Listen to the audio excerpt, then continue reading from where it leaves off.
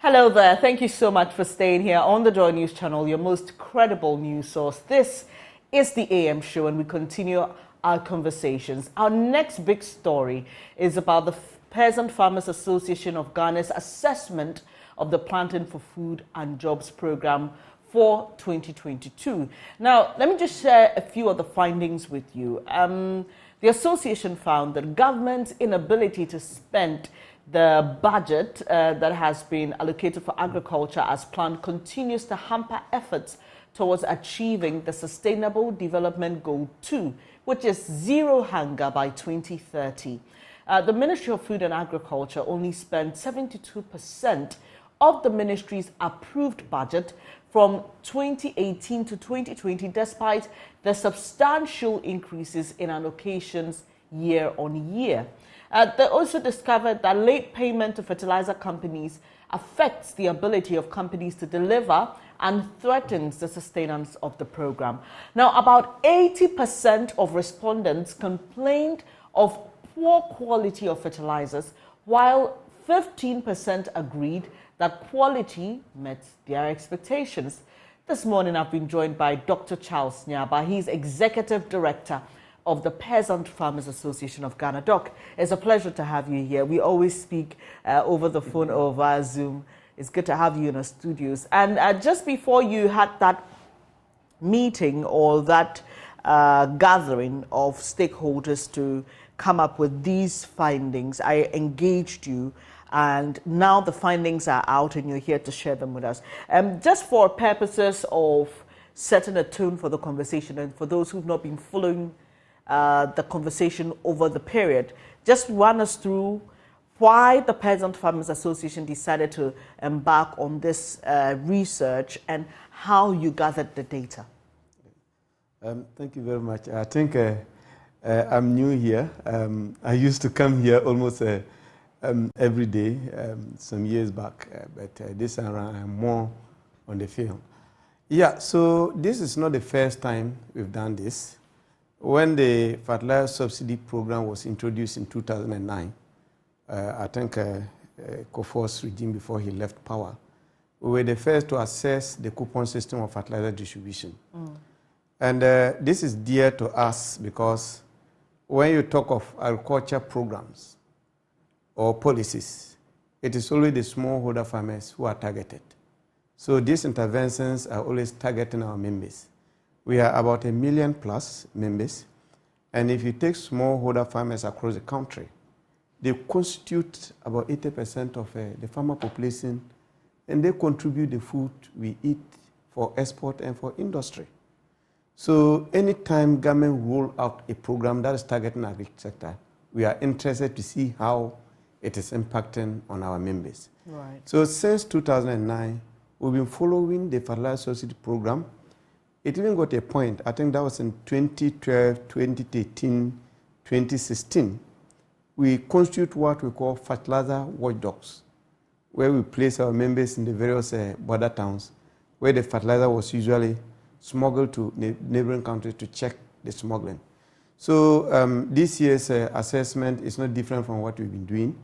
Last year, we did the same thing, submitted the findings to the ministry, which was actually considered.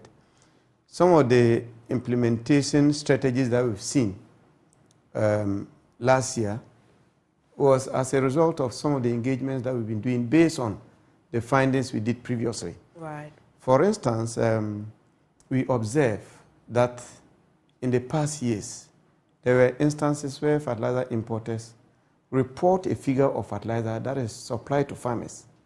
In real sense, that is not the exact quantities that go to the farmers. So we recommended the use of ICTs for the distribution. So if you see 2022, for instance, ICT company, Broad Spectrum, was actually engaged to do the distribution. So this year assessment is just part of our annual activities to always assess government implementation of agriculture program to be able to recommend for either reforms, modification, or change of strategy. Now, the other thing that also informed this year assessment was when the previous minister resigned. to contest for the MPP flag bearership, and the new minister was coming. We thought that it was important for us to update him of developments on the field. So we quickly speed up the data gathering to be able to also provide him with information to inform his strategy in going forward. Interesting. Once you've brought in the issue of fertilizers, let me just ask you, because you've been doing this over the period, the former Agric Minister you just cited, I remember we brought reports where he visited neighboring bordering towns, Yeah. and he was complaining about smuggling, not only of fertilizers, but Yeah. other produce, which government had created some programs to help in subsidizing. So sorghum, for example, am I right? Am I right? Yes. So we were smuggling those when there had been some investment in that sector to help farmers produce at a lower cost here in the country so that we could feed the consumers here. He appeared as frustrated as the farmers. That's the minister who was supposed to be helping deal with the problem of smuggling. Would you say that things have gotten better or worse? Yeah, so in terms of input smuggling, let's be specific on fertilizer. I think if you look at last year, it was rather the reverse. Okay. This has never happened in the history of Ghana. Our farmers were rather going to Togo and Burkina and buying fertilizer to Ghana because our fertilizer was so expensive than even the neighboring countries. So there were a lot of questions. If you The subsidized ones were expensive, or you're talking about the regular ones? The subsidized one was more expensive than the open market fertilizer in Burkina and Togo. Wow. So if you look at the report, there were instances where farmers cited example. If you take a Chirponi, for instance, the farmers were saying that they have two types of fertilizer in Togo. You know, Chirponi is very closer to Togo. One is very expensive, which was costing around 227 Ghana cedis if you change it to Ghana cedis. And then the other one was going for 270 Ghana cedis. But when you compare the same one, the subsidized one in Ghana, it was going for 320 Ghana cedis. So instead of them even looking for the Ghana subsidized one, most of them were going there. What's accounting for the price difference? Does it have anything to do with quality? Does it have anything to do with quantity? What exactly, or these are the same products that are going for different prices? So those were the questions we keep asking. If you look at 2022, I mean, the development was so strange to us. The government was subsidized fertilizer, and at the same time, the company that is selling the subsidized fertilizer is able to sell open market fertilizer at the same price as the subsidized fertilizer. So those were the questions the farmers were asking. That if you subsidize 15%, and a company which is selling the subsidized fertilizer which costs the farmer 320 Ghana cedis for the 50 kg, and the same company is willing to sell the same fertilizer to the farmer for 320 Ghana cedis or even less, then we were asking questions.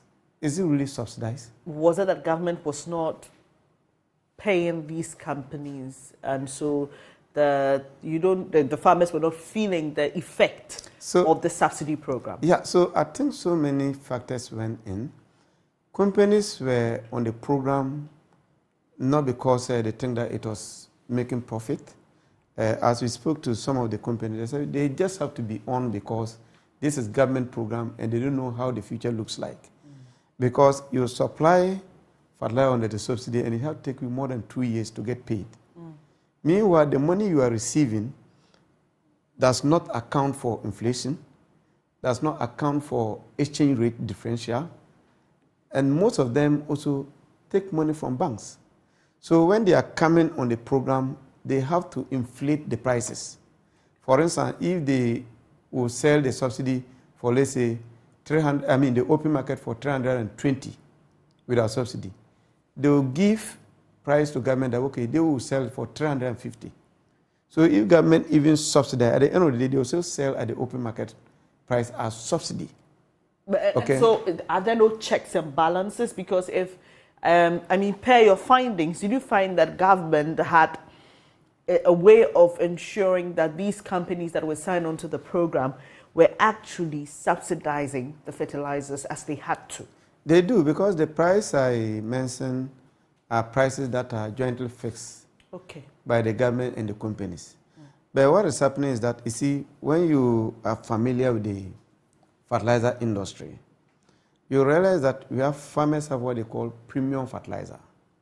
Okay, so it's not all the fertilizer that sells at the same price. Even today, as we speak, there's fertilizer that's going for 300 Ghana cedis, and the same brand is going by another company for 450 Ghana cedis. Okay, so company go in and bid with the quality, with the promise that they will supply certain quality fertilizer. But the moment they get contracts and they start supplying, then they supply inferior fertilizer.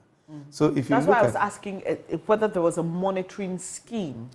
Did you see that from the government side, that there was constant monitoring to ensure that what they had agreed on was, being implemented on the ground? So I think it is the role of the Plant Protection and Regulatory Services Directorate to ensure that they give certification to companies to import fertilizer, and at the same time monitor to ensure that the fertilizer they supply meet the qualities that they promise to supply.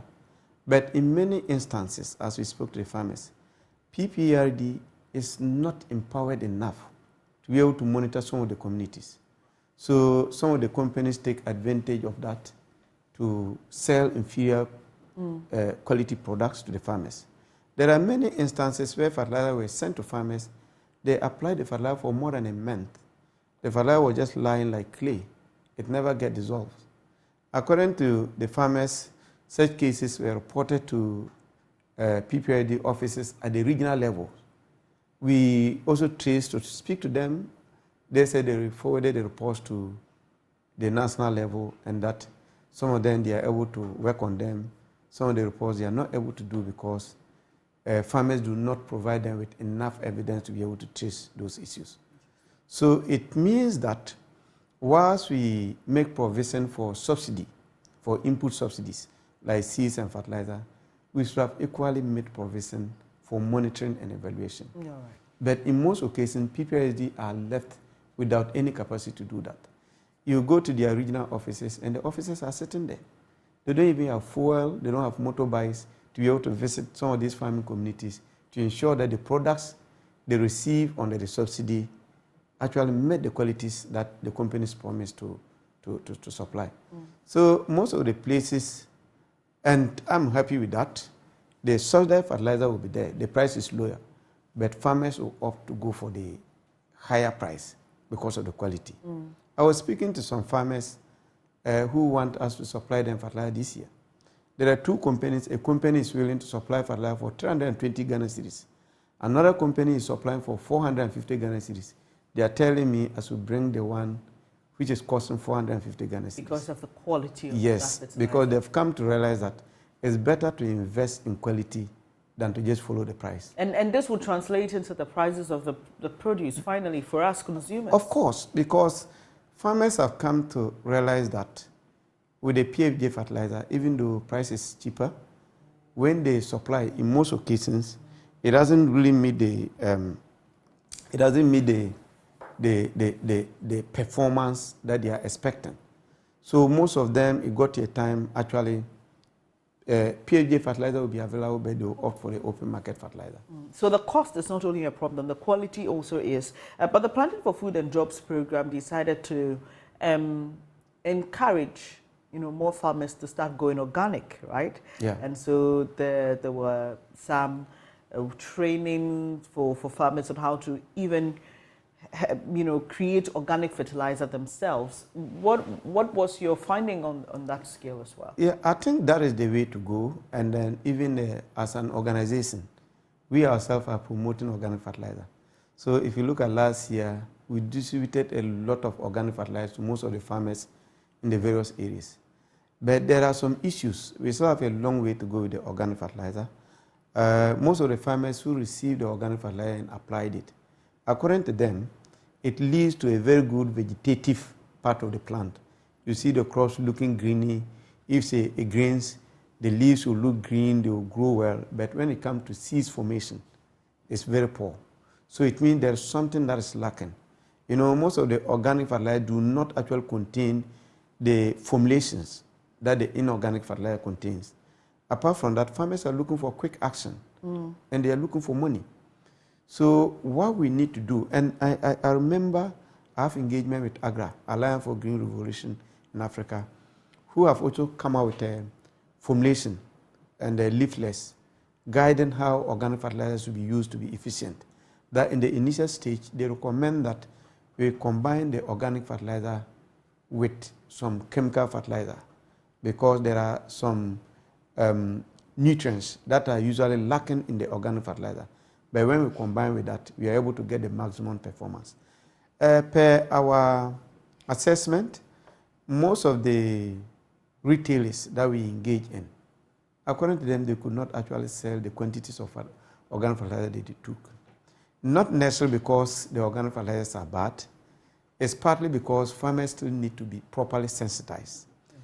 You know, when the chemical fertilizer were first introduced to farmers, it was given to them for free. Actually, some farmers were awarded for using the chemical fertilizer because farmers were not interested in actually accepting it.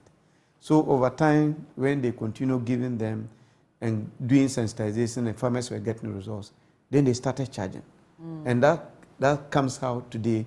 A farmer cannot produce without using chemical fertilizer.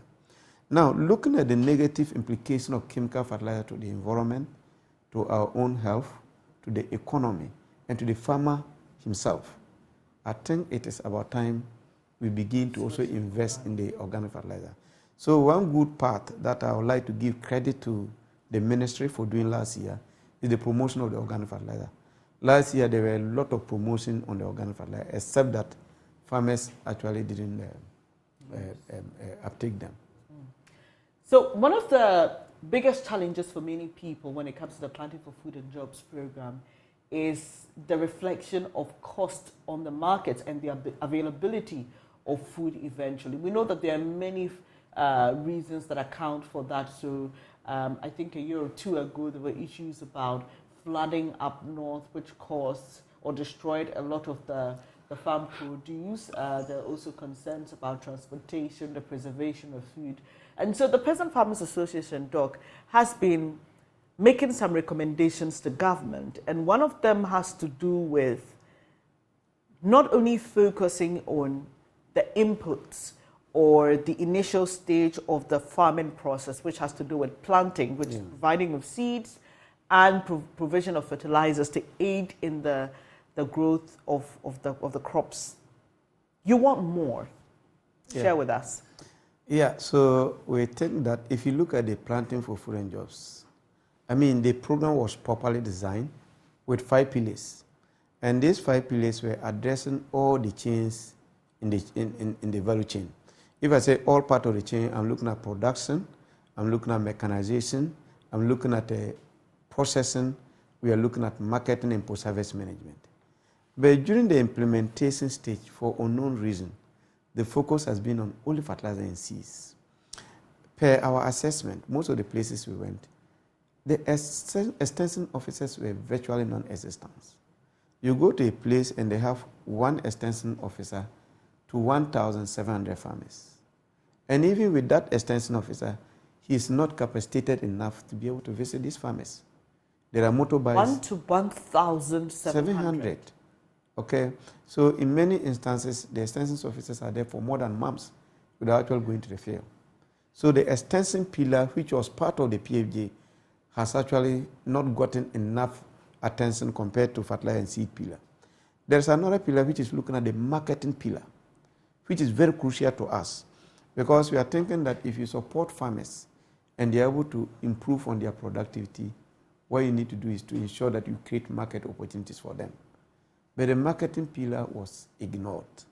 The only time we had the Planting for Food and Jobs, talking about Planting for Food and Job market, was a plantain market that was created by the Minister at the Ministry of Food and Agriculture. And that market lasted for only 2 weeks. And even with that, the focus was only on plantain. Now, the kind of marketing we are talking about is not for the ministry to go down and gather produce and put at a particular place to sell. We are looking at a marketing that creates a linkage between the farmer and the buyer.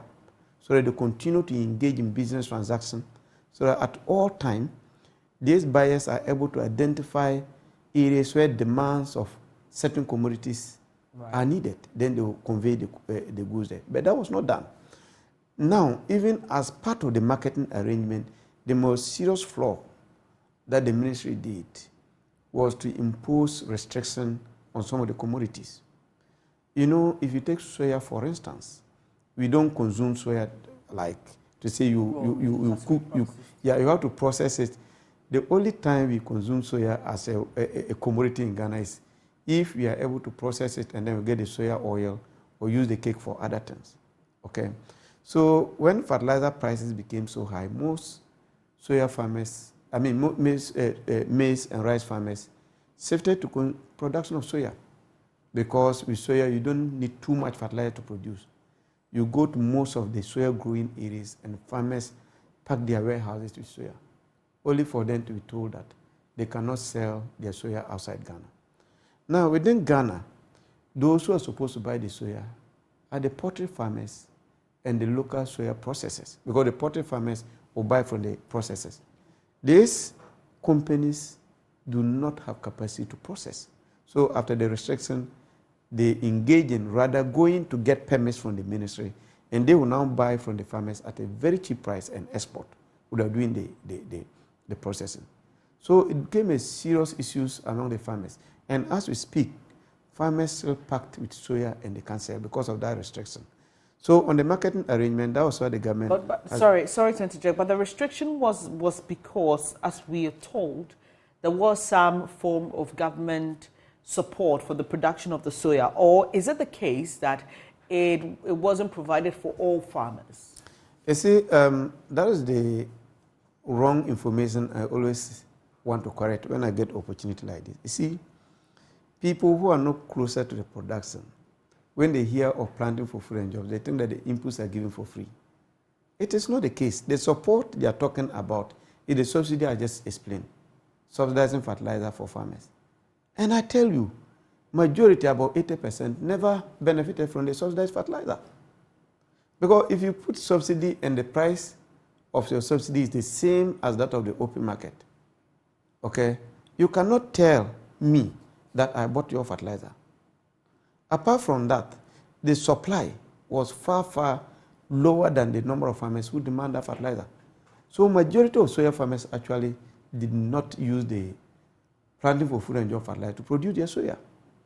So you cannot say that it is because you are subsidizing, you should restrict where I sell it, when in actual fact, your subsidy did not reach me. So there are warehouses now that are currently stocked with individual farmers. Individual farmers have stocked of soya beans that they can't sell. They can't sell. So now when you go to those communities that are closer to the border towns, even though government restricted it, but because they have to survive, because they have to produce, they are smuggling it through the borders to go and sell. So how can a country that is hosting African Free Trade Continental Area, which is supposed to lead in free trade among the neighboring countries, is now restricting your own farmers from selling when you are not actually providing market for them to sell in country? So it means you are telling them that they should go out of production. Doc, the interesting thing for me about the smuggling is it's not done, sometimes it's done in the full glare of the public. Sometimes you don't find that the farmers, there are sometimes in truckloads, videos and pictures that we've seen. So you wonder how they're even able to smuggle. But let me come to the next step, the reason why you embarked on this assessment.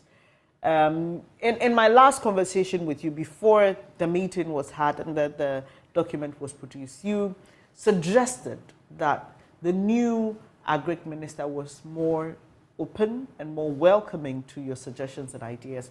Have you been able to meet him? Have you had a discussion? Have you shared these findings with him? And if you have, what was his response? Yeah, actually, I think we at Peasant Farmers, we don't want the impression to always be created as if we are anti-governments.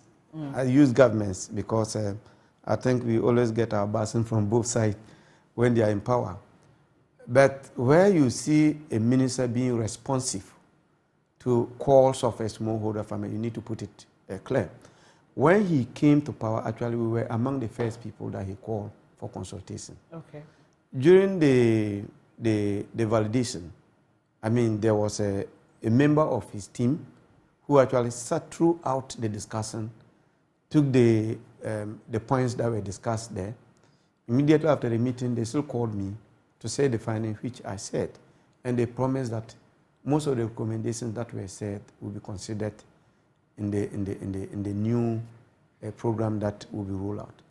And I'm told that within this week, the new strategic plan will actually be launched. So for us, I think so far so good with our engagement with him.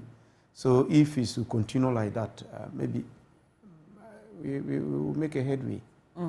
Right. So he initiated a conversation with the Peasant Farmers Association. Yes, please. Okay. So moving forward, I mean, I think the most important thing for many people is how all of this affects me personally. How does it affect my pocket when I go to the market to go and buy food stuff?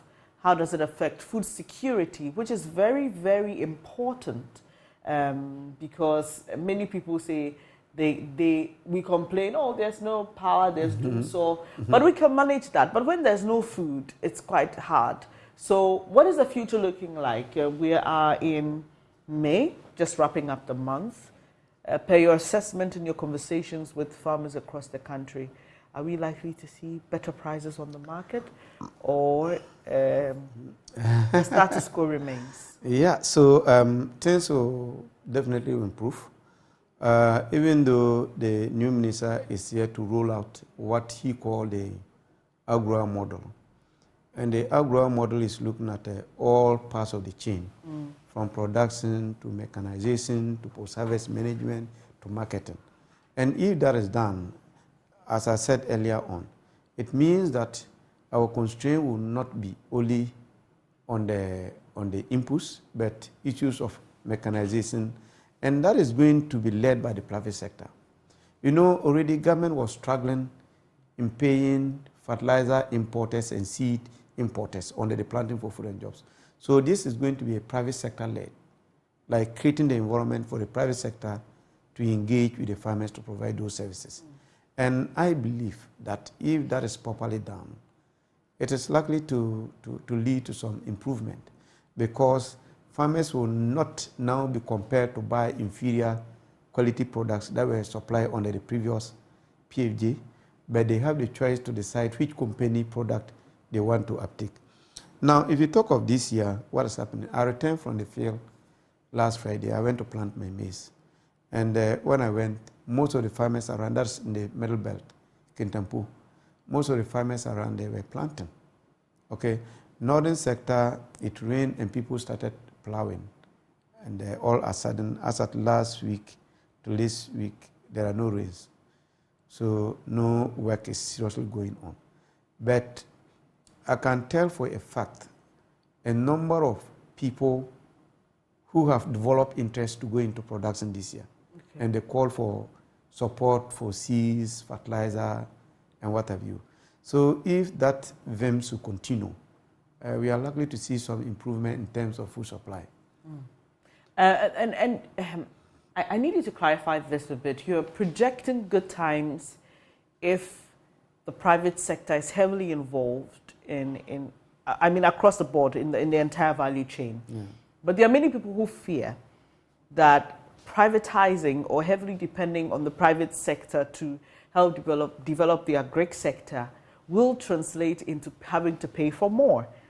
That's the notion. Yeah, I agree. I agree with that assertion, but it depends on the angle we looked at it.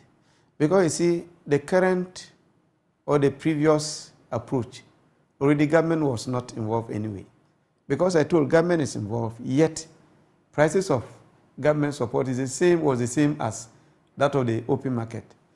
But this one, what we are looking at is government create the enabling environment, play the monitoring role, and then link the private actor with the farmer and regulate the input price.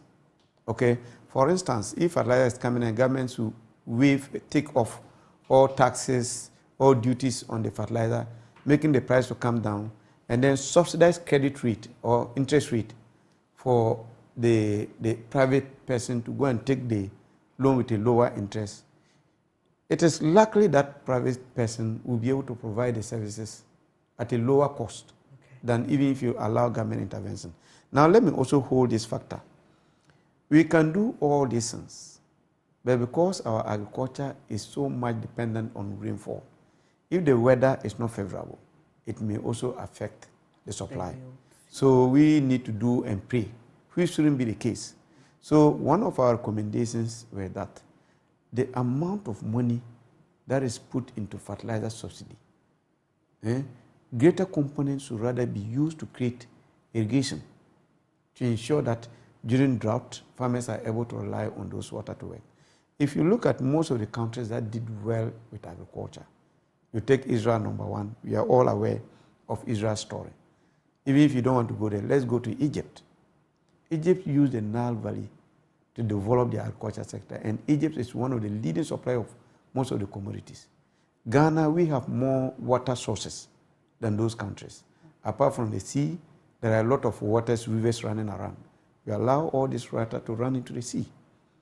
So we think that if the money that is used for fertilizer subsidy, that farmers think that they do not get enough value for it, is rather used to create more available water. It will help farmers to produce all year round. In areas where we have few irrigation, like the Pong, Tono, K2 North, and the rest, you go to those areas and you see the differences between the farmers there and those who are dependent on the rainfall. So I think those are the other things that we need to be mindful of. I couldn't help but think about the One Village, One Dam project when you started talking about irrigation, because it was one of the reasons why that was created. Unfortunately, we've seen that hasn't done so well. What was the position of the Peasant Farmers Association when that plan was introduced, and how do you feel about the current state of affairs? Yeah, so I think that was an ad hoc project as part of the government flagship program, and interacting with government officials, even members of a new patriotic party, they are all disappointed with the way the project was handled. You know, if you look at irrigation development in this country, it is Ghana Irrigation Development Authority who supervise development of every irrigation project, whether it's private or public. But the One Village, One Dam project was implemented by the Ministry for Special Initiative. And what they did were to just get contractors and give them contracts who do not have any knowledge in irrigation development. So they went there with excavators and with peel loaders, and they will just go and scour the soil, create a bank, and go. They don't do proper survey to even see that whether the place is a waterway. The district assemblies were left out. Ghana Irrigation Development Authority were left out. So you go there today, and most of the dams are even dried. Most of them too have already opened. There's one of such a One Village, One Dam project that was given to Ghana Irrigation Development Authority in Upper East, in a community called Vunania. We went to do assessment. I think it was even played on your studio. And you see a great differences between that dam and that of the One Village, One Dam. So we think that the conceptualization of the One Village, One Dam itself was not bad, to create dams for communities to be able to produce all year round. The problem was with the way it was handled. And we think it's not too late. We are ever ready to support the government with whatever ideas.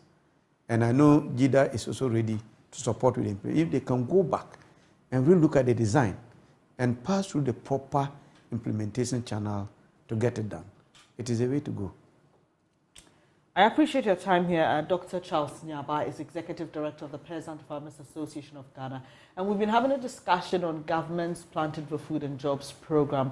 The association, as we are told by Dr. Nyaba, has been assessing the program over the years, but this year in particular, they decided to fast track it because of what they see to be the readiness of the new Agric Minister in helping them achieve great success in that sector and with that program. Doc, thank you so much. We'll stay in touch with you, and hopefully your recommendations will be taken on, and we will see better results when it comes to our Agric sector.